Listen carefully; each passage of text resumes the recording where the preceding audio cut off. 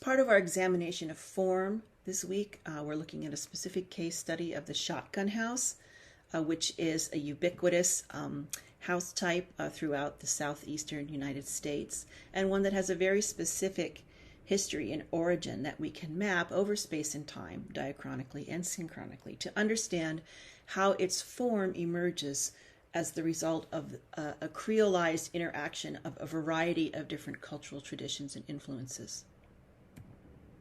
So this is a shotgun house. This is an example of one in Virginia. And of course, the shotgun house gets its name because of the massing of single rooms, one behind the other, back away from the street, and the placement of doors so that, of course, if you wanted to shoot a gun into the house, the bullet would in fact travel straight through each of those doors, which are aligned in a single row back towards the back of the house. So that's how it gets its name, the shotgun house. Shotgun house is a very specific kind of form that we see only in the United States, and only really in the southern United States. And it has its origin from a variety of different cultural traditions. So it's very much a study in cultural hybridity. We can go back and look at the origins of the shotgun house in West Africa, the migration of these spatial understandings to the New World, to the Caribbean, specifically Haiti, and how this form develops in Haiti and then migrates to New Orleans, Louisiana, as the result of the movement of freed slaves from Haiti to North America. So we can find continuity over time, and then also the influence of new construction techniques and formal understandings that result in this ultimately hybrid form. So our origins are in the Yoruba and Igbo cultures of West Africa. This is an example of a traditional Yoruba house, and you can already see that there's some similarities in that it's a single room, right? This is a one-room house, and then the kind of slope of the roof, it starts to look kind of familiar to us. This is another example of a Yoruba house in Nigeria.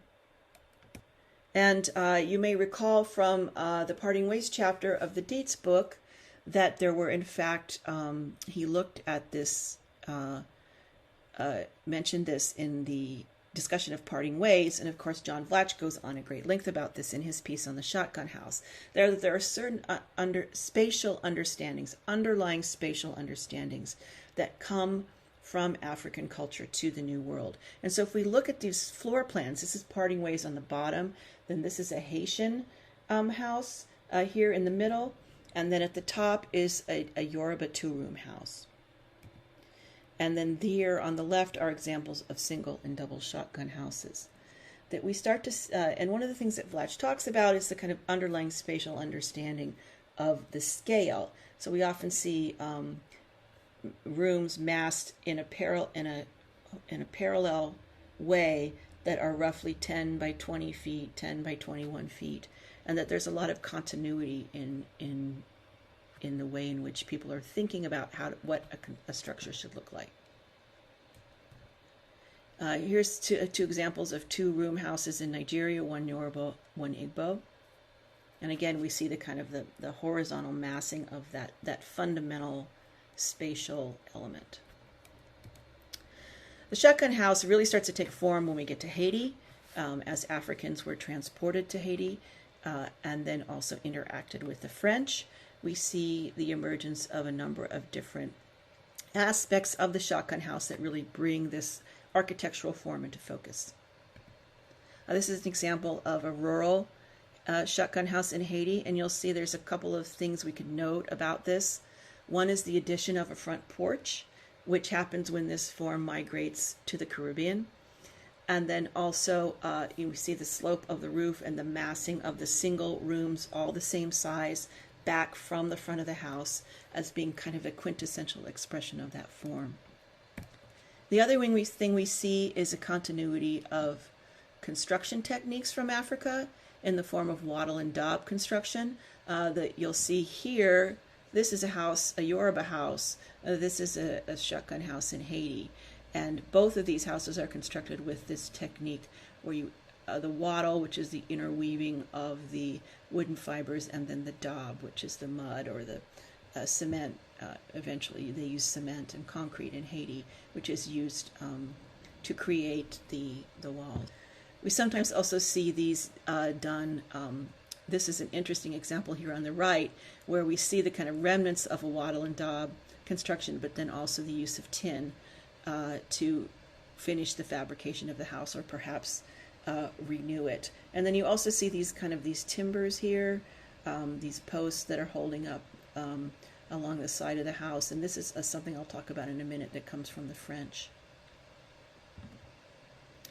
Another influence on the shotgun house is the Arawak Indian culture.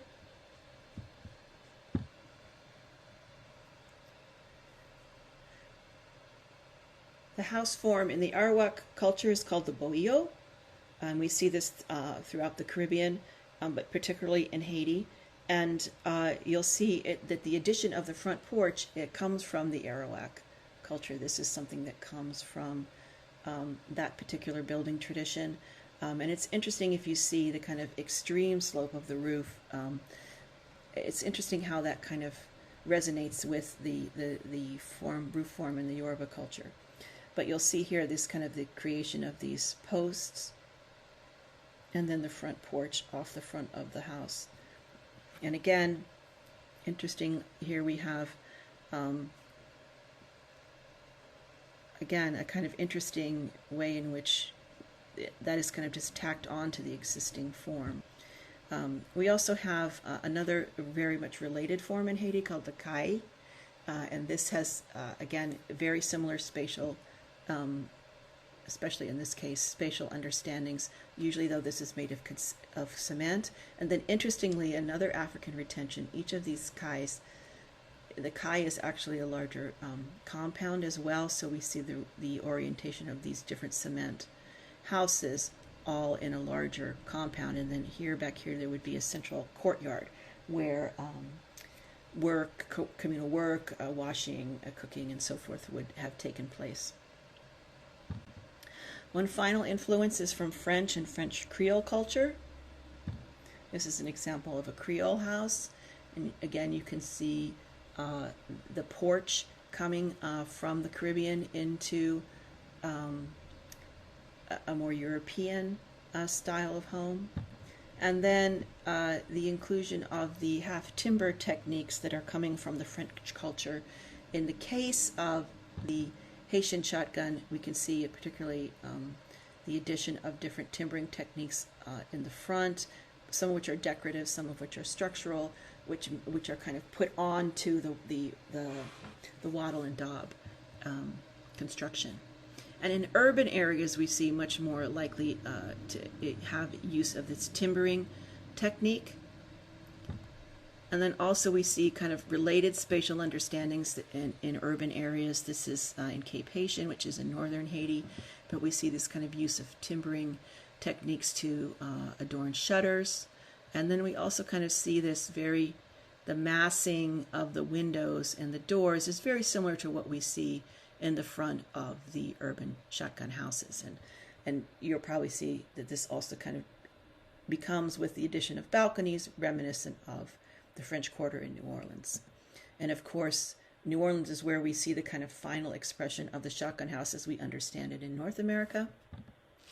Again, one room, one single space, massed back from the street, all in a row. These are examples of single shotgun houses, and this form becomes very well adapted to workers' housing, everyday people's housing in urban areas, particularly in African American areas. We also see the use of double shotgun, and again, these kind of long, tall piercings in the facade. And particularly this image here really kind of does remind us a little bit of Haiti.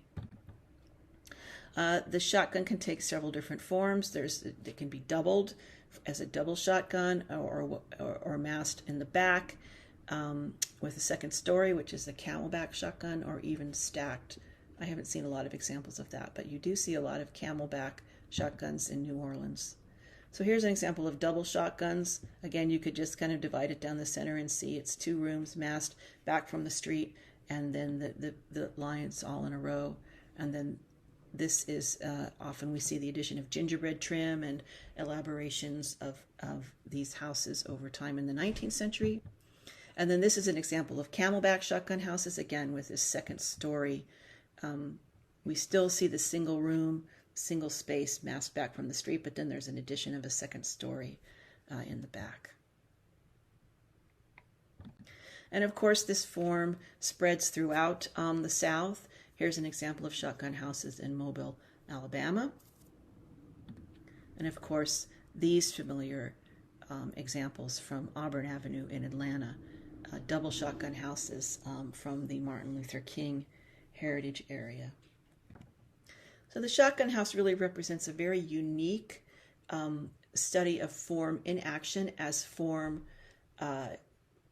emerges in a particular space as the result of the confluence or creolization of different cultural forms, but then spreads over space and time, first to the New World and then to the North American mainland. We see as African peoples migrate voluntarily or involuntarily from Africa to America, we can see them bringing their spatial understandings with them and then interacting with the environment that they find themselves in, incorporating Indian techniques in the form of the porch, French timbering construction techniques, but always keeping that underlying spatial understanding of the massed rooms back from the street or along a single line. And even the room size remains relatively constant.